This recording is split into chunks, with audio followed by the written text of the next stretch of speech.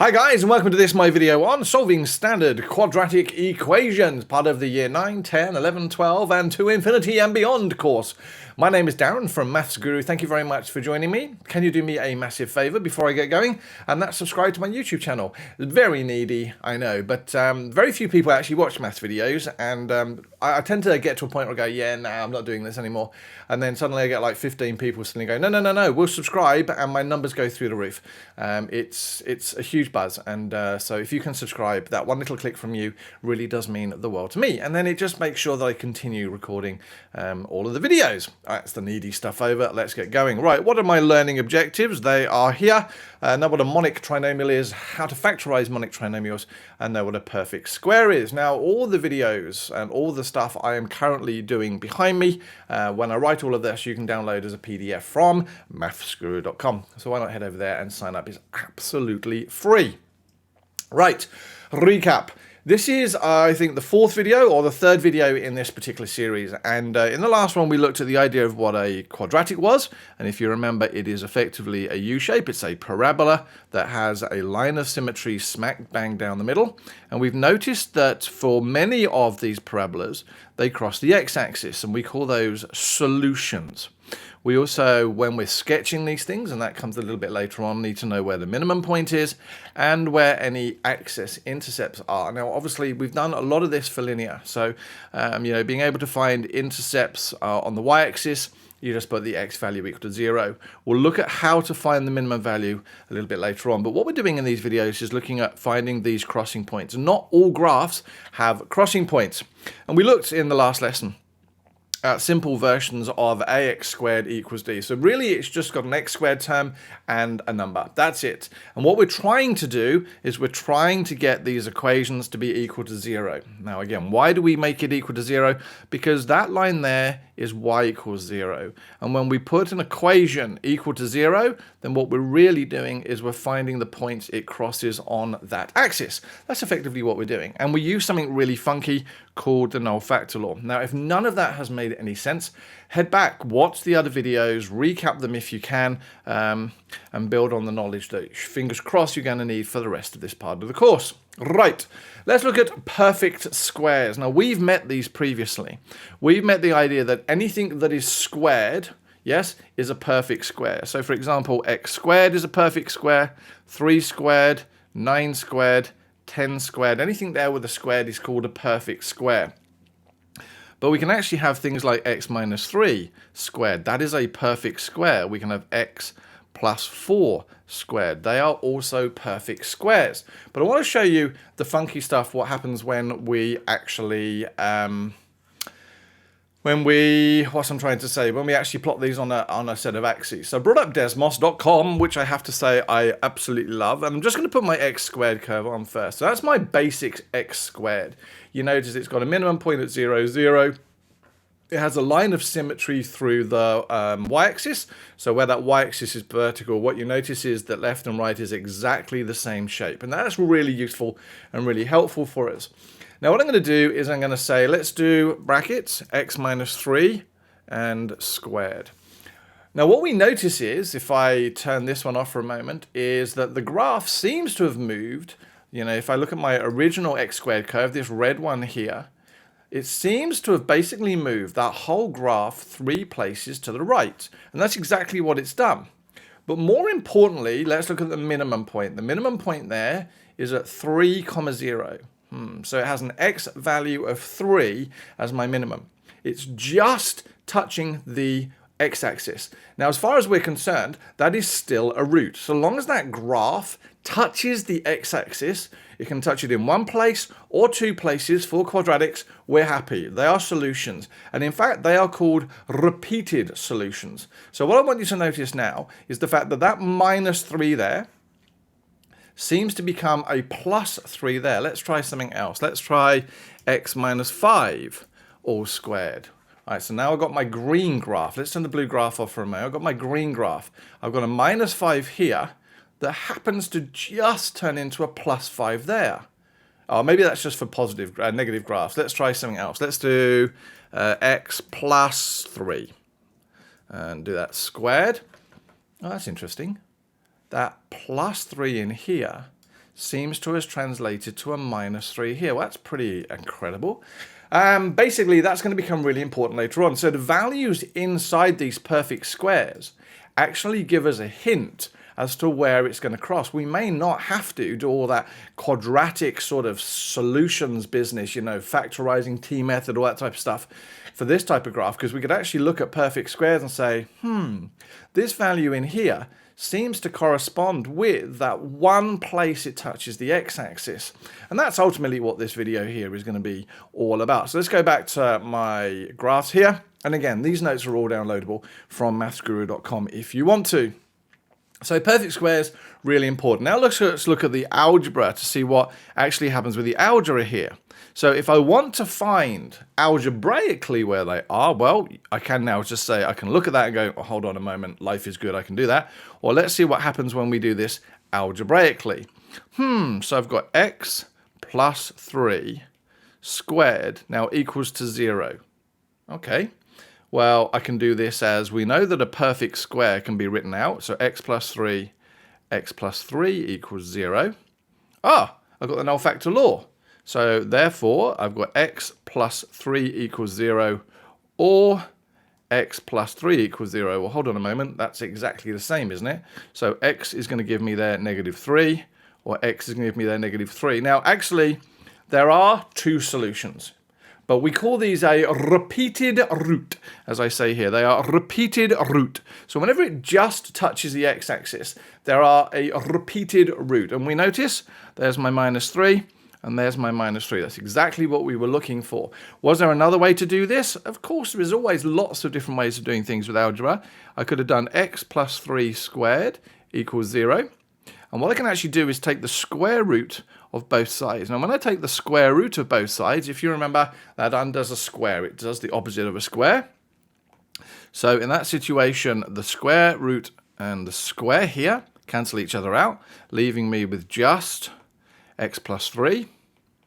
And what's the square root of 0? 0. Okay, so let's leave that at 0. And then we get x is equal to -3. Now in that situation, you only get that one answer. I think I probably prefer this because we know that whenever we've got a squared, we can multiply it by itself. But again, notice that for perfect squares and only perfect squares, this value here, for the moment, seems to very much correspond with where it touches the x-axis there. What do we got here? Now, next language thing. We've done this in a previous part of the course. Monic Trinomials. I love Barry. That sounds a bit creepy, but anyway, Barry is the guy over here who we basically lock in an office. There's no light. No company. He's got a Sudoku book, and basically he's just designed in Australia to make maths as hard as he possibly can. In the United Kingdom, we got rid of him. Yeah, he came back. We got rid of him again. We threw him out. Why would you make maths complicated, right? Isn't it hard enough? Anyway, a monic trinomial is a equation where it has an x squared as the highest floating number, and the number in front of the x squared is a 1. So basically, a monic trinomial has a 1 in front of the x squared. The highest power is an x squared. There's only one of it. These are obviously non-monics. He says lying, because actually I meant to update this when I did this the last time. But what you'll notice is here, that one there is actually a monic trinomial, because there is a 1 in front. So what I'm actually going to do is for the notes change that into a 2, and then it is non-monic. God, I hate making mistakes. But again, all the rest of these are pretty much okay. I suppose people would argue in this situation here that that's also a bit of a dodgy one, because you can divide both sides by 5, which will turn it into monic. But at the moment, it's got a 5 in front of it, so we'll leave it there. Right, solving monic trinomials. Well, basically, we're going to go back to that T method stuff that I've done in previous videos. I love the T method. It is easy and it works for every single question, if it can have some sort of a solution. All right, so basically, if we recap what we've done before, right, and these are the sort of rules of this, we can look by grouping. We are trying to group. That's the whole point of this. We want to turn 3 into 4. All right, we want to be able to then use the null factor law to be able to find some actual solutions. So we can only find solutions when these equations are equal to 0. Right, let's have a look. A recap of the T method, right? There's a lot of language on there, but let's see what we've got. We've got x squared plus 7x plus 12 equals 0. So if you remember, what do? We look at the number in front of the x squared term and my last number, and you multiply them together, and you basically put them on top of a t. So this is a 1 times by the plus 12 gives me plus 12. And write the sign is really important. Now I sort of stop. I actually now change direction and say, right, I want all the factors of 12. What numbers multiply to give? Well, actually, what numbers multiply to give positive 12?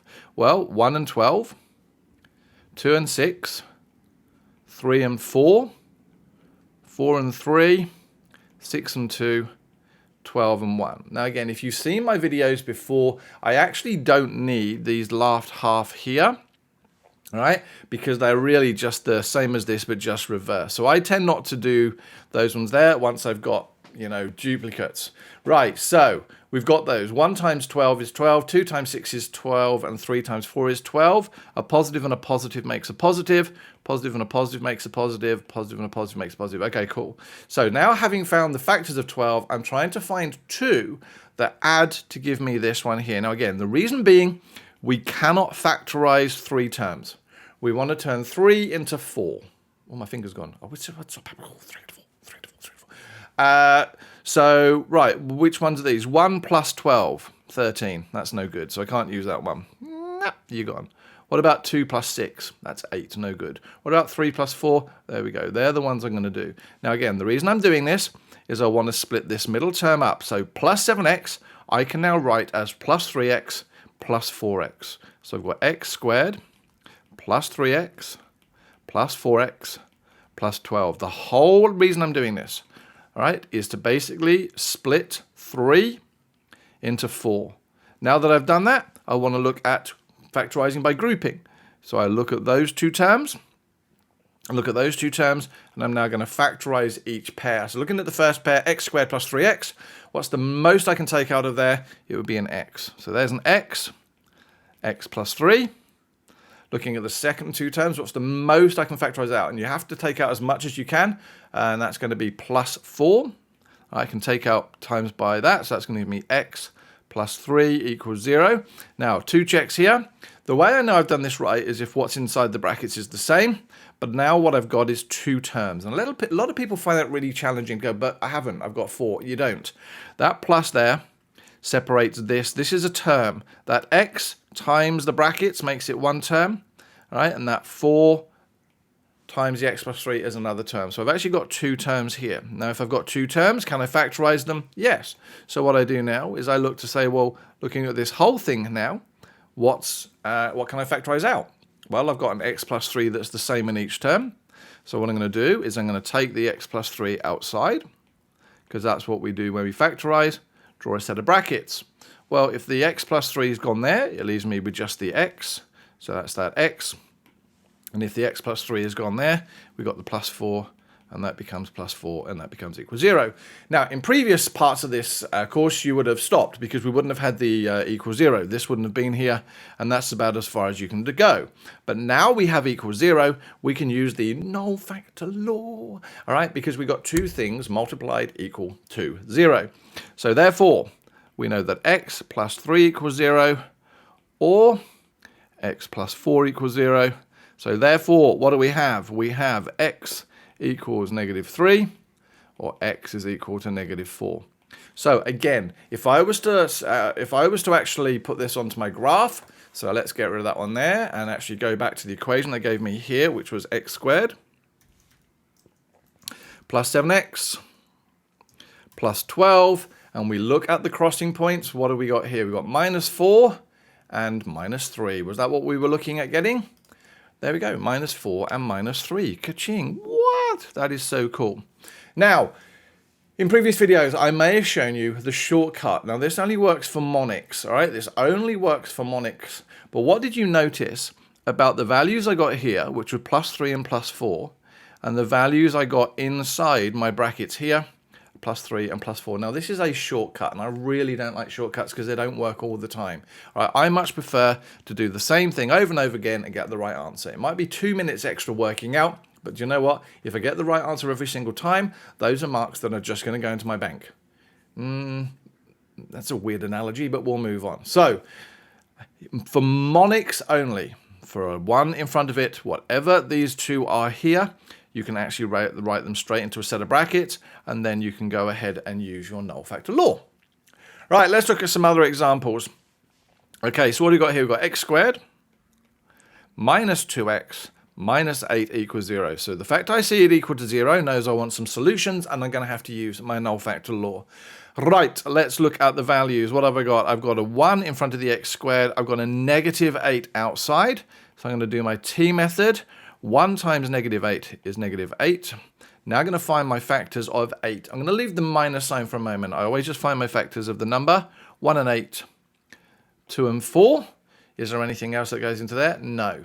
Now, for this to be negative, one of these numbers has to be negative. So either the 1 and the 8, either the 1 and the 2, or the 8 and the 4. Now, in this situation, what I tend to do is I try and work out how I can fudge this. That's a terrible word to use, but anyway, I need to make the sum equal to negative 2. I'm trying to make those two numbers add to negative 2. And so if I actually put the negative sign on this side, what do I notice? Well, I notice that 1 minus 8 is minus 7. That's no good.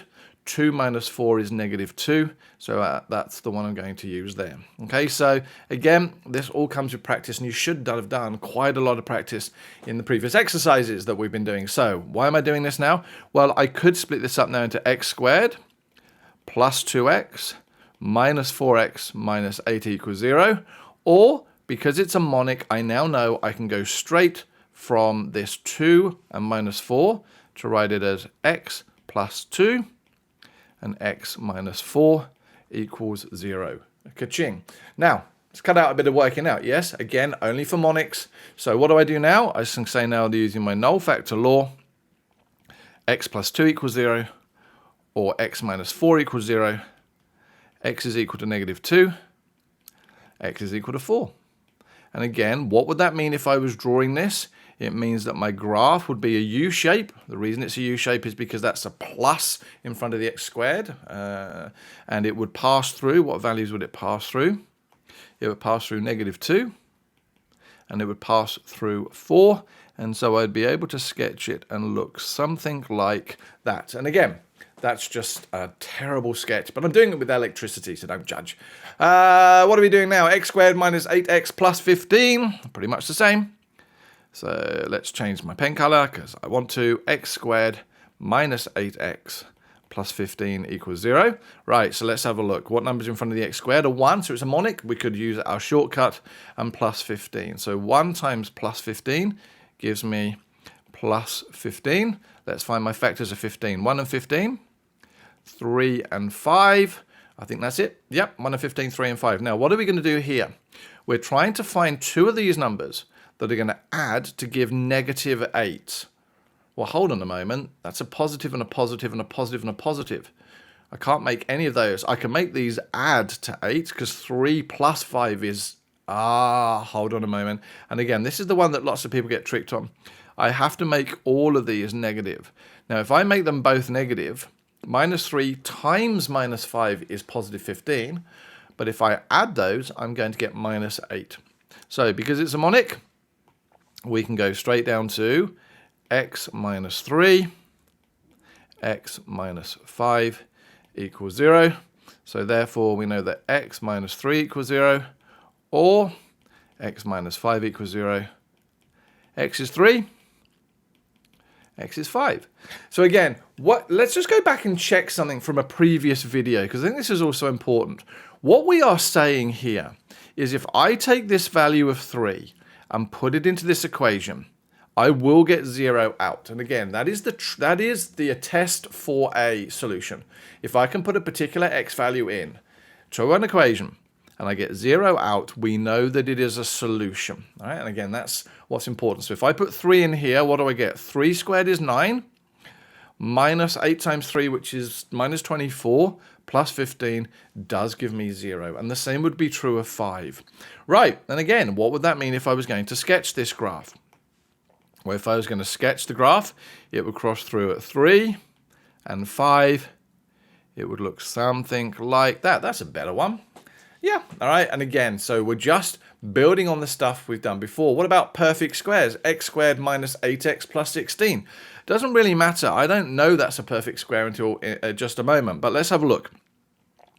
We've got x squared minus 8x plus 16 equals 0. So we've got the equal 0, which means we're going to be looking for solutions to this. We've got to use the null factor law.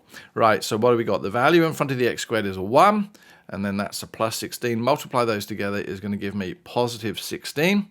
Find my factors, 1 and 16, 2 and 8, 4 and 4. All right, those are all my factors. Now, what are we looking for? Again, we are now looking for two of those numbers to add to give me minus 8. Well, it's got to be 4 and 4, but at the moment it's positive and positive, which is going to give me positive 8. So I've obviously now got to make those negatives because, again, we know that a negative and a negative makes a positive. That's no good to me. That's no good to me. That's going to be the one I've got. So I've got repeats there. All right, and this is how we now know it's a perfect square, because they are basically repeated. Because what I'm going to get here is, if I go to my shortcut, I'm going to get x minus 4 and brackets x minus 4 equals 0. Well, if we got two things multiplied together that are exactly the same, I could write that as x minus 4 squared. That therefore tells me it's a perfect square. But what we're going to do is we'll use my null factor law, and we'll go back to the idea that therefore then, x minus 4 equals 0, or x minus 4 equals 0, x equals 4, x equals 4. All right, so that in that situation means that my graph, if you remember, really quick pencil sketch, will just touch my x-axis at the value of 4. I don't really know why Gollum's there. Oh, I do now, because I said here, like Lord of the Rings, we have one rule to bind them all. Again, I don't want to keep having to look at equations and try and guess whether they're perfect squares or not. I'm sure there is a way to be able to do it. To be honest with you, not interested. Why? Because I know I can do this, and the more I do, the faster I get. I'm good. What about this? Another one? Oh, hold on a moment. They're trying to trick us. Can you see the trick here? Well, it's not written as a standard quadratic. Yeah, we are looking for this to be written as a standard quadratic. So let's rewrite it. So we're going to end up with x squared equals x plus 6. Right, so we're going to take away an x and a 6 from both sides. So that's going to become x squared. Take away the x, gets rid of that. Take away 6, gets rid of that. It's going to leave me with 0. And now what have I got? Well, I've got a 1 in front of here and a negative 6 there. So that's going to be 1 times minus 6 gives me minus 6. Find all my factors. That's 1 and 6, 2 and 3. And we're looking for them to add together to give me minus 1. Well, there's nothing I can do here to make that equal to minus 1, but I can here. I've got a 2 and a 3. If I do 2 minus 3, that's going to give me the minus 1. I'll put a minus sign in there, but that's no good to me. And so I've got 2 and minus 3. I can go straight to my shortcut, and that's going to give me x plus 2.